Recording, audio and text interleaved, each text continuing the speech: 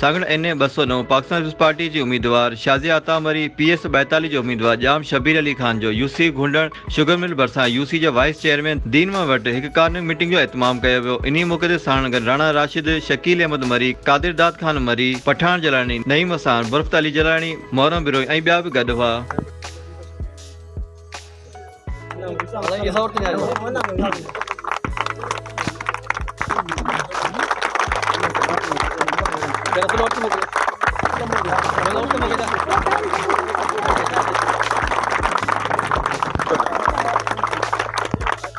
इन्ही मौके ते शाज़िया अता मरी जो चवण हो तो पाकिस्तान पीपल्स पार्टी सांगड़ जिले में बिगर कंहिं लालच जे अवाम जी खिदमत कई है। आइंदा इलेक्शन में भी इलेक्शन खटे सांगड़ जिले के एक मिसाली जिलो ठाहिण में अहम पेशरफ़्त कई वेंदी। कराई है असां तालीम सां बदल आहियूं।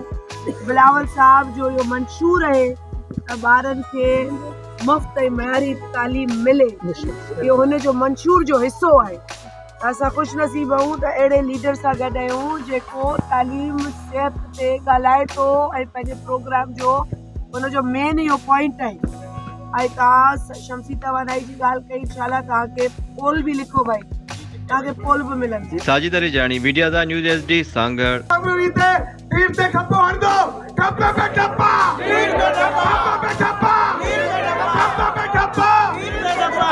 इंतहाई जुर्मबंद नबू छुपा के जिए, हम न सर झुका के जिए, सितमगरों की नजर से नजर मिला के जिए।